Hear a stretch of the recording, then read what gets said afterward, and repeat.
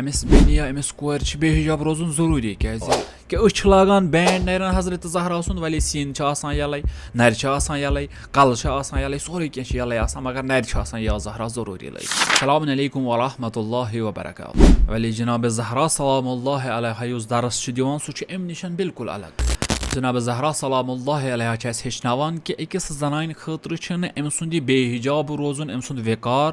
کِہیٖنۍ تہِ نہٕ بلکہِ أمۍ سُنٛد عزت أمۍ سُنٛد علم أمۍ سٕنٛز عفت أمۍ سٕنٛز پاکہٕ دامنی چھِ أمۍ سٕنٛدِ خٲطرٕ معیار تھاوان اللہ چھِ پننہِ زندگی منٛز اَسہِ یہِ ہٲوِتھ دِوان کہِ اکھ کوٗر ییٖتِس کالس خاموش روزان چھِ یہِ خاموشی چھِ أمۍ سُنٛد انقلاب آسان تہٕ یُتھُے أکِس یہِ پردس منٛز یِوان چھُ یہِ پردٕ چھُ آسان أمِس اَکہِ لشکرٕچ قیادت وۄنۍ اگر یِہوے کِردار فاطمی أسۍ سانٮ۪ن خانٛدرن منٛز والو سانہِ کورِ اگر نہٕ لِباسِ فاطمی لٲگِتھ آسہِ خانٛدرس پٮ۪ٹھ کِہیٖنۍ تہِ نہٕ أمۍ سٕنٛزِ نرِ گژھِ بینڈ آسُن یا فاطمہ ضروٗری لٲگِتھ ییٚمہِ سۭتۍ یِم فِکر کران چھِ کہِ شاید یِہوے بینڈ چھِ أسۍ بناوان فاطمی سون لِباس چھُنہٕ میٹر کران کِہیٖنۍ تہِ نہٕ ولی عرض کرو یوٚتانۍ نہٕ أسۍ سُہ لِباس یُس لِباس حضرت زہرا سلام اللہ علیہ سۄ چادر یۄس چادر حضرت زہرا سلام اللہ علیہ سٕنٛدِ طرفہٕ اَسہِ میٖجمٕژ چھِ سُہ پردٕ یُس تٔمۍ سٕنٛدِ طرفہٕ میوٗلمُت چھُ یوٚتانۍ نہٕ سُہ أسۍ لاگو یِمن بینڈن چھنہٕ کٕہٕنۍ تہِ حیثیت نہ فقط حیثیت چھنہٕ کِہیٖنۍ تہِ نہٕ بلکہِ اَمہِ سۭتۍ چھِ أسۍ فقط و فقط حضرت زہرا سلام اللہ علیہ سُنٛد ناو